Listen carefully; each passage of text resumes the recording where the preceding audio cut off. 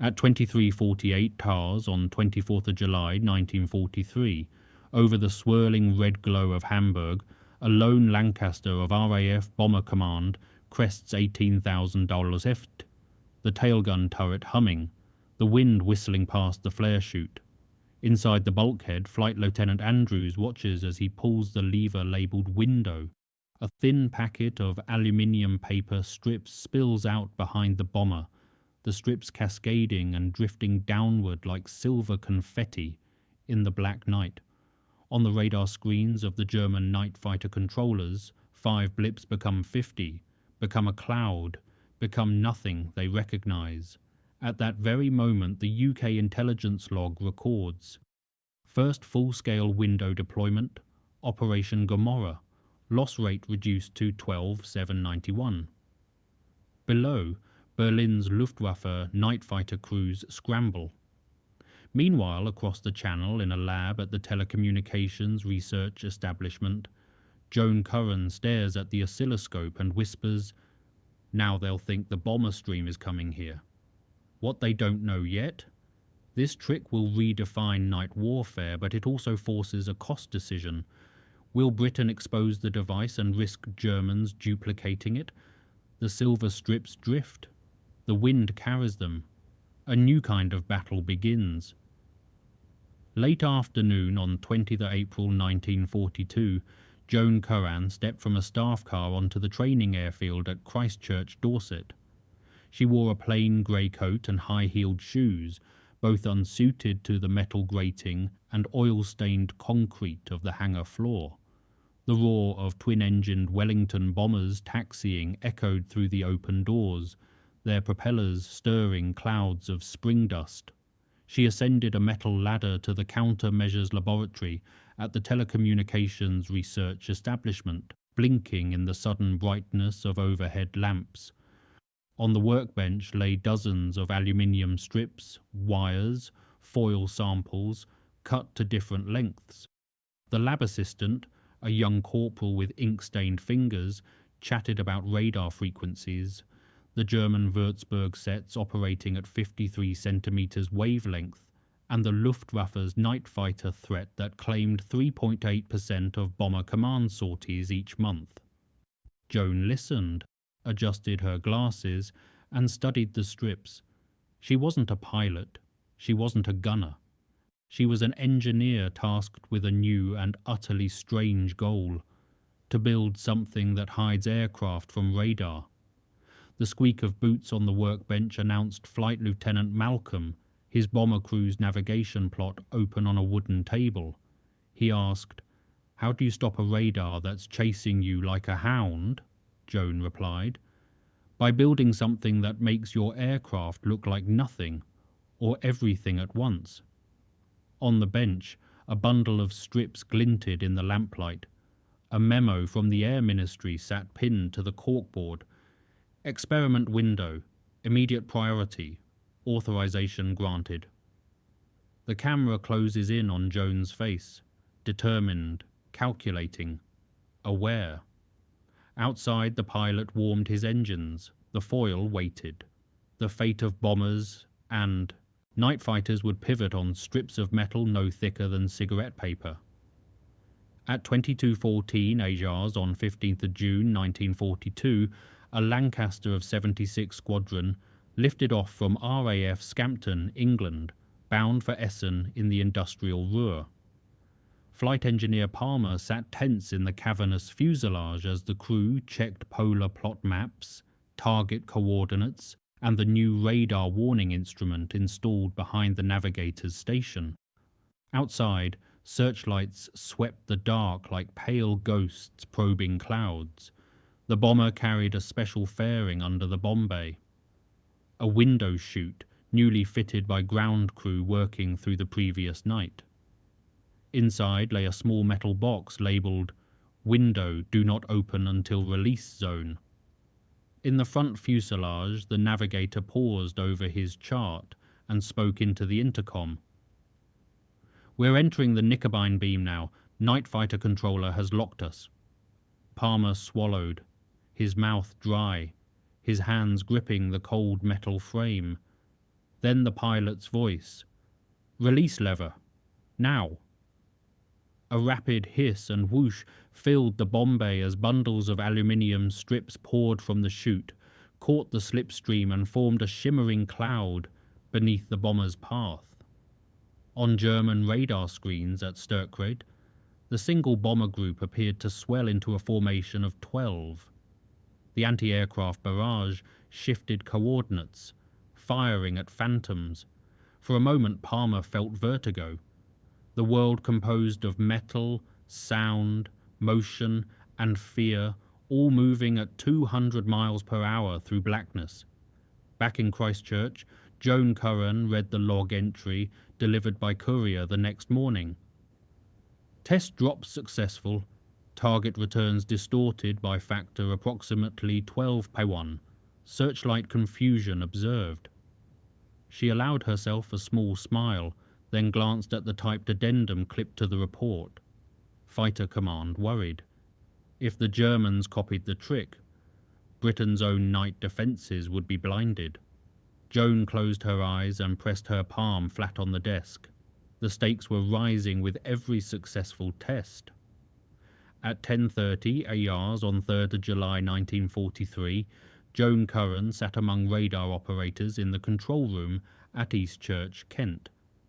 She studied graphs of German night fighter losses, bomber stream attrition rates, and frequency measurements compiled over 16 months. A typed memo on blue ministry paper read, "Loss rate Bomber Command night raids April 1943, 3.2%. Hamburg July estimate without countermeasures, 4.5%. She ran her finger down a second table. With chaff deployment, estimated reduction to 1.0%. She muttered to herself, "If we can bring their interception probability down by 2/3, behind her the telephone rang, alarms beeped, and searchlight coordination charts flickered on the plotting table.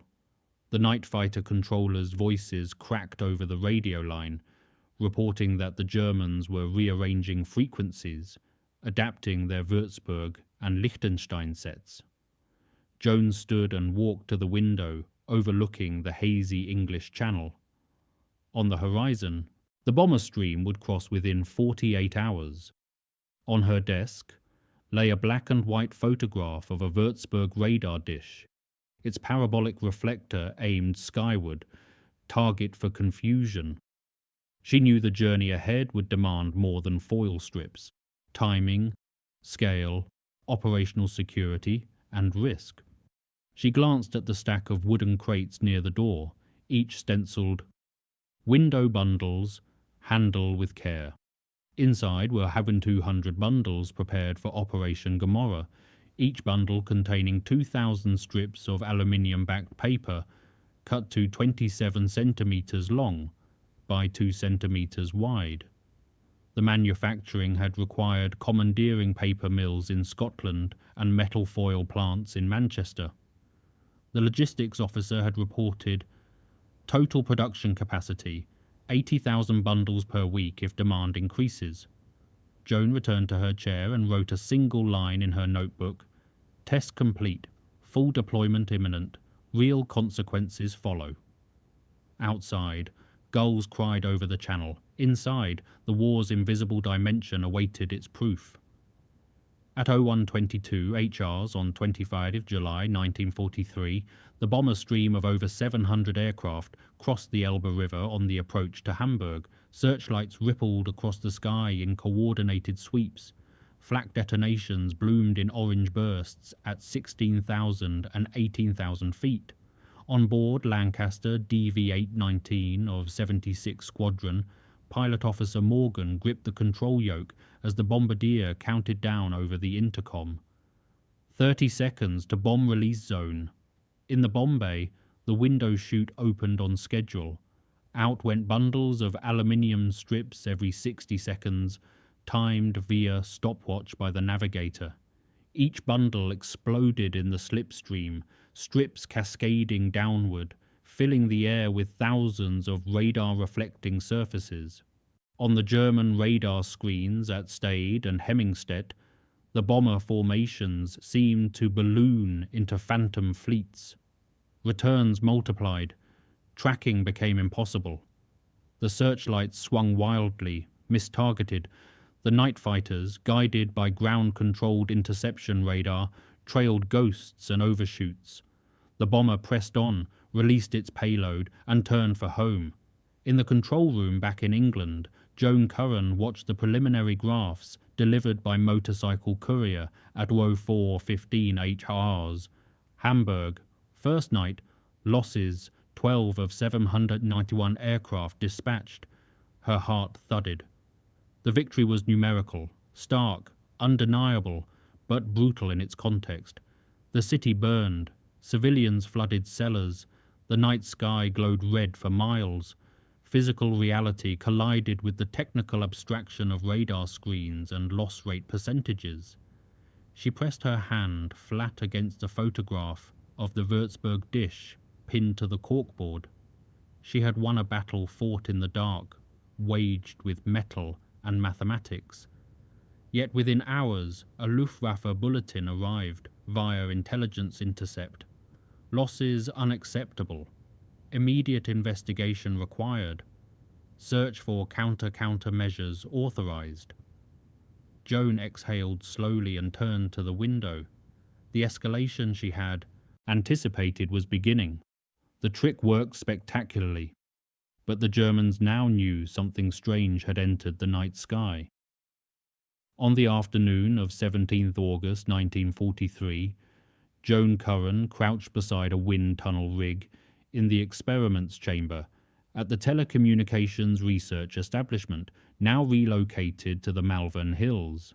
She adjusted the length and width of the aluminium-backed foil strips spread on the test table. 25 centimeters long by 1.5 centimeters wide appeared optimal for the 53 centimeter Würzburg wavelength.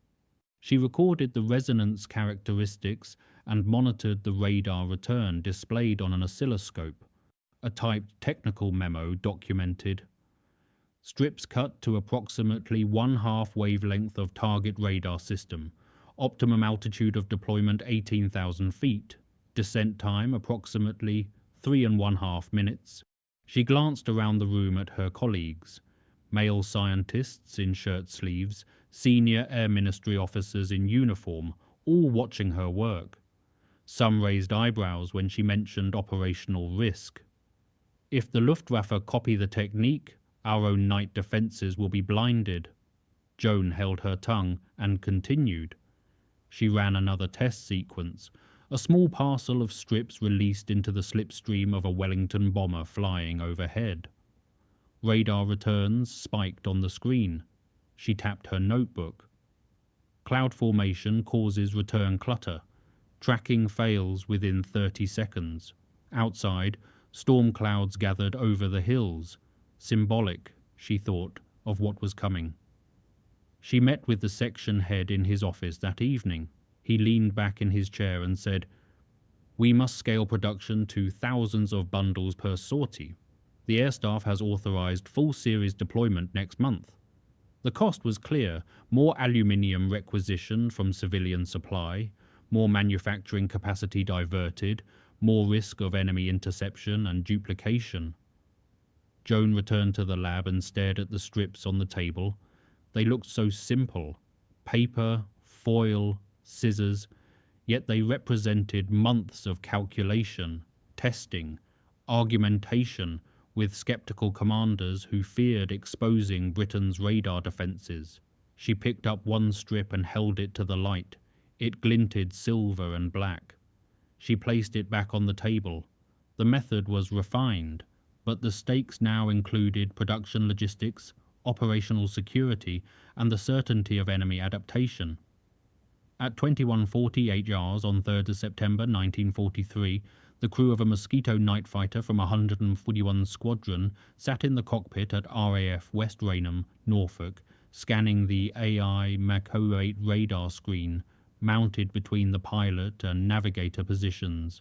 They launched on scramble orders to intercept a German Ju-88 intruder reported over the North Sea. Unknown to them, The Germans had begun limited use of their own radar chaff scheme called Duple, though deployment remained restricted by the same fears Britain had faced months earlier. On the bomber side, window clouds released by RAF formations confused the ground-based Würzburg radar systems, guiding Luftwaffe night fighters. The Mosquito pilots spotted the Ju-88 silhouetted against moonlit clouds and fired a rocket salvo. The German bomber flickered, trailing smoke, and dove toward the sea. Engineer Corporal Hughes watched from the radar trailer at West Raynham. The return signal dropped, picked up again briefly, then vanished. He radioed the station. Target lost. Echo disintegrated on scope. He stepped outside into the cold wind, hearing the buzz of engines overhead and seeing the shadow of parachute flares drifting eastward. He thought, if the radar goes blind, we are all fighting blind. Meanwhile, Joan Curran read the intelligence dispatch delivered that afternoon. German night fighter losses increased 47% July-August 1943. Use of window confirmed effective, enemy investigation ongoing. She allowed herself a fleeting grin, then noticed the intelligence note clipped beneath. Risk assessment. Germany may adopt similar technique within 6 to 12 months. Defensive countermeasures required. She clamped her jaw and set the paper down. The technology now affected both sides of the night war. The advantage was real but temporary. The escalation she had dreaded was unfolding exactly as predicted. The blitz of night warfare had shifted from straightforward interception to a contest of invisible clouds, frequency shifts, and radar deception. She walked to the window and stared at the darkening hills. Somewhere over Europe, bombers and fighters hunted each other through curtains of aluminium. The rules had changed. At 0015 HRs on 6th June 1944, a Lancaster of 617 Squadron flew low over the English Channel, trailing a precise course off the Pas-de-Calais coast. In the Black Sea mist, the bomber carried a special payload in its bomb bay, timed bundles of windows scheduled for release at exact intervals. The mission was Operation Taxable, creating a phantom naval invasion force in the Straits of Dover to deceive German coastal radar. Inside the bomber, Flight Engineer Davies watched the clock mounted on the bulkhead. 10 hours. Drop zone. On the radar screen in the starboard blister, the navigator monitored the release. Silver strips poured out from the chute, drifted down toward the wave tops, and created a radar signature mimicking a fleet of ships advancing at 8 knots. Meanwhile, on German coastal radar stations at Calais and Boulogne, the defenders scrambled fighters and positioned flak batteries toward the Phantom fleet. Real Allied ships landed at Normandy beaches under clearer skies, their approach masked by the diversion.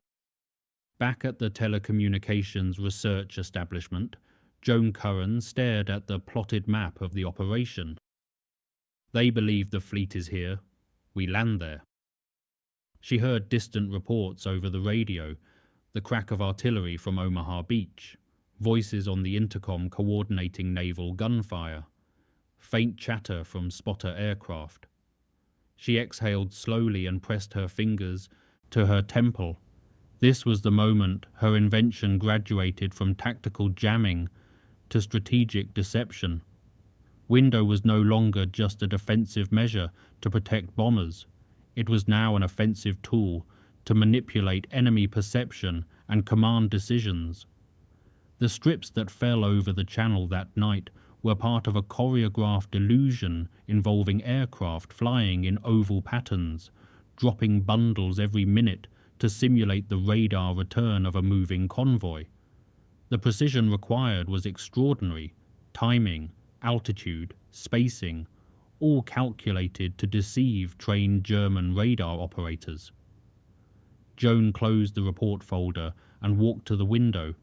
Dawn light touched the eastern horizon. The invasion was underway. Her trick had played its part, but she knew the enemy was taking notes. At 15th of October 1944, Joan Curran stood in a conference room beneath the Churchill War Rooms in London. She had been recommended for commendation, but remained junior in official rank. Generals, air marshals, and senior scientists gathered around a long wooden table covered with intelligence reports and technical summaries. The meeting agenda: chaff and cloud strip effectiveness assessment, German countermeasures analysis, future radar frequency jamming requirements. On the table lay an Allied intelligence report stamped secret. German Würzburg and Liechtenstein C-1 radars operating at 50 cm band studied extensively. Returns may require smaller chaff dimensions. Enemy adoption of Duppel confirmed widespread. Joan felt the tension in the room. The Germans had adapted. The advantage was shrinking. New German centimetric radars operating at shorter wavelengths threatened to nullify existing window configurations. Plans were already underway for radar frequency jamming devices and revised chaff sizes. Outside, the dull boom of anti-aircraft guns still echoed over London as V-2 rockets streaked overhead, their trajectories invisible until impact. She placed her hands on the table's edge and listened as an RAF group captain summarized night fighter effectiveness. German interception rates have recovered partially. Estimated current effectiveness 60% of pre-window baseline. Another officer added, "Our own night defences report similar degradation when the enemy uses Duppel." Joan thought back to that first experiment in Christchurch 30 months earlier. Then, simple strips of foil on a workbench. Now, full industrial production across England and Scotland, strategic deception operations over the Channel, continuous adaptation to enemy countermeasures. The war was changing faster than any single invention could dominate. She spoke quietly. "The sensor technology war is far from over. We must anticipate the next shift." The room went silent for a moment. An Air Vice Marshal nodded. The meeting continued with discussions of centimetric jamming, new radar bands, and electronic warfare doctrine. Joan made notes in her leather-bound notebook. Outside, London's streets buzzed with the noise of war. Inside, engineers and commanders grappled with an invisible battlefield. The edge was slipping. What came next would require more than strips.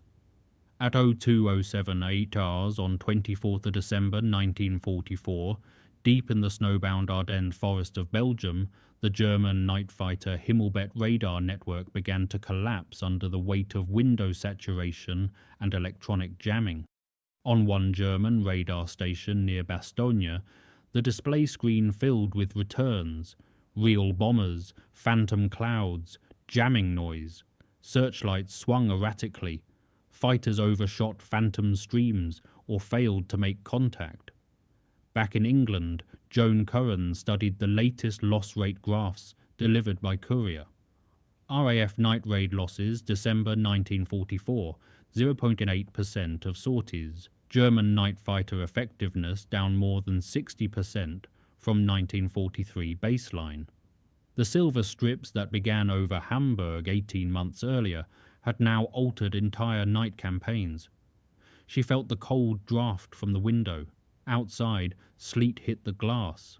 Inside, engineers shuffled reports and cups of tea steamed on desks. The daily production log recorded, "Window bundles manufactured this month, 45,000 estimated radar returns nullified, 120,000 false targets generated." She closed the report and stared at her reflection in the dark window. Her face was faint, ghostly.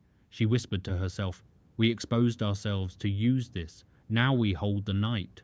But around her persisted a quiet dread. If the enemy fully countered the technique with new radar technology or tactics, the price would be paid by bomber crews flying into flak and night fighters without protection. The advantage was never permanent. It was always borrowed time, purchased with ingenuity and production capacity. She walked to the filing cabinet and pulled out the original April 1942 memo authorizing window experiments. She read the faded typewritten line: experiment window, immediate priority, authorization granted. The journey from that single page to tonight's massive deployment had required convincing skeptical commanders, overcoming fears of German duplication, coordinating industrial production, and refining the technology through hundreds of tests. The tipping point had been reached. The night sky belonged to Britain's bombers. But the next move, the enemy's next adaptation, was always waiting in the margins of intelligence reports and intercepted signals. At 19:30, 8 hours on 12th of January 1945, Wing Commander Davis stood before his bomber crews in a briefing room at RAF Horsham St Faith, Norfolk. Maps covered the walls, target photographs pinned to corkboards. The smell of cigarette smoke and damp wool filled the air. He spoke clearly. The Germans have shifted to centimetric radars. Old chaff configurations may not achieve optimal jamming, but we will deploy new caliber strips and carry additional electronic jammers.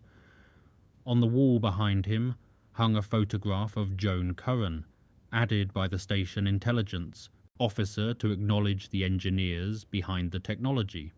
She stood at the front of the room now, explaining the revised specifications to the assembled crews.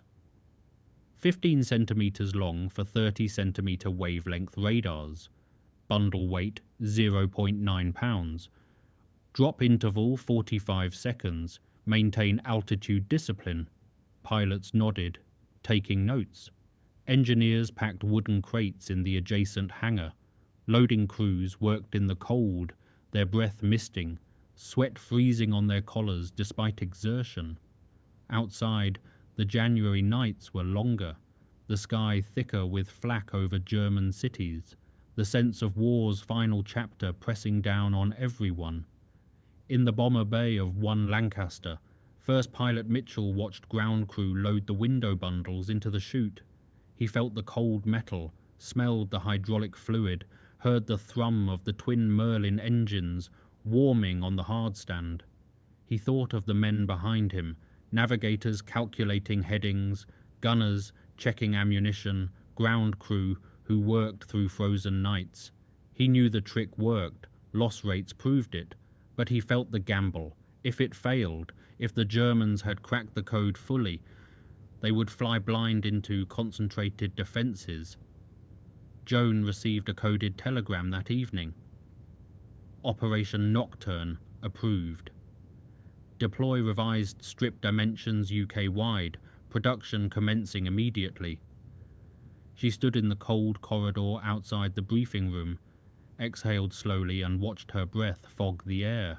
The turning point was here again. Technology chasing technology, night warfare at its highest stakes. The final test of the war remained ahead. At 03:05 HRs on 25th of February 1945, a formation of Lancasters released their bomb loads over the Ruhr Valley, and with them their window strips. On the German side, radar screens showed clustering returns, ghost streams, tracking failures. But in the night sky, a new threat persisted. German ground-controlled radar operators attempted switching frequency bands. Night fighters still flew, though blind and desperate. The bomber stream entered the target zone, the bombs fell through clouds, and the escorting Mosquito night fighters of RAF 100 Group picked off stragglers with cannon fire. Engineer Hughes, now stationed at a forward radar trailer near Brussels, monitored the returns on his scope, tracking success rate down to 18%. He leaned forward, his voice hushed over the radio link. "We're reading junk. The screen is saturated." Inside the lead bomber, Pilot Officer Morgan glanced at his navigator over the intercom. "We're home tomorrow if we make the coast." Outside in the black slipstream, the foil strips trailed like silver serpents behind the bomber stream, drifting down through 15,000 feet, reflecting radar energy in all directions, creating a cloud of false targets that stretched for miles. The Lancaster banked gently toward home, engines steady, gunners scanning the dark. Joan Curran sat in the operations room at the Telecommunications Research Establishment, monitoring the live radio log transmitted from forward stations. Berlin sector. Radar-guided interception failed. Night fighters diverted to phantom stream over channel. Actual bomber stream reached target zone unmolested. She exhaled and leaned back in her chair. The wooden seat creaked. Around her the room buzzed with low conversation, teleprinters clattered, and teacups rattled on saucers. The breakthrough was complete. The device had done its job through 18 months of operational deployment. The war was tilting inexorably toward conclusion. But Joan thought of the human cost. The crews who still died despite window, the cities that burned, the night fighters shot down in confusion. The technology had saved thousands of lives. Intelligence estimates suggested 3,200 aircrew lives preserved by reduced loss rates, but it had not ended the killing. It had only shifted the odds. Early morning, 0845 HRs, 8 May 1945. Joan Curran stood among the crowd on Whitehall in London, the cheers, the flags, the thunder of church bells rolling across the city. VE Day, victory in Europe, yet in her coat pocket lay a slip of paper delivered by messenger that morning. Total bomber loss rate reduction attributable to window deployment, estimated 2.8% of sorties over deployment period, July 1943 to May 1945. Estimated aircrew lives saved, approximately 3,200 personnel. She did not shout or wave a flag. She watched the crowd, the soldiers embracing, the civilians weeping with relief. The silver strips, once the most closely guarded secret of electronic warfare, were now part of radar history, discussed in technical journals and intelligence summaries. She thought of the men who flew through darkness over Hamburg and Berlin, the engineers who manufactured millions of strips in paper mills and foil plants, the night fighters who hunted and were hunted through clouds of aluminium. Later that afternoon, she returned to the nearly empty Telecommunications Research Establishment laboratory in Malvern. Most staff had gone to celebrations. On the whiteboard in her office, someone had written the final operational tally. Operation Gomorrah, 24-25 July 1943, losses 12 of 791 aircraft. Hamburg raids pre-window average loss rate 3.2%. Post-window deployment average 1.2%. She picked up a piece of chalk and wrote beneath it, End. Then she set the chalk down and stepped outside into the spring sunlight. A young boy on the street waved a small Union Jack flag. She smiled at him. The war was over. The trick had worked. But the memory of night and steel and the men who did not return remained. She walked slowly down the hill toward the village, her shoes crunching on gravel, the sound of distant celebration echoing across the valley. In her pocket, the slip of paper with its numbers, cold, precise, final. Behind her, the laboratory stood silent. Ahead, the ordinary world waited to resume. Noon, 17th, December 1997. This was the day Joan Curran died in Scotland, aged 88. An archival recording played later at her memorial service, the voice of R.V. Jones, wartime scientific intelligence chief, preserved on tape. In my opinion, Joan Curran made an even greater contribution to victory than is generally recognized. Her work on window was crucial. In a modest memorial service attended by former aircrew and engineers, old members of Bomber Command stood in dress uniform and saluted. A former flight engineer, now 76, walked slowly to the memorial plaque, engraved with words he had requested. In memory of those who flew in darkness, so that others might see the dawn. He reached into his coat pocket and withdrew a single aluminium strip, preserved for 50 years, carried on a raid over Essen in 1943. He dropped it onto the grass. The wind caught it, lifted it, carried it away across the hillside. Joan Curran's legacy endured. Not loud with bomb roar or the thunder of engines, but silent like those strips descending through the black. The technology remained in use decades later. Modern chaff dispensers on military aircraft, radar countermeasures evolved from her original innovation, electronic warfare doctrine rooted in the principle she proved over Hamburg. The strips were simple: paper, aluminium, scissors, but the idea was profound, that invisibility could be engineered, that radar could be deceived, that survival in technological warfare required not just armor and firepower, but cunning and physics. As the memorial service concluded, mourners dispersed across the Scottish countryside. The camera pulls back in memory, seeing the British coastline in aerial view, radar stations now silent, museum pieces, relics of a different war, silver strips drifting in memory. A single human face among many. She engineered invisibility in the darkness, and in doing so, shifted the balance of the night.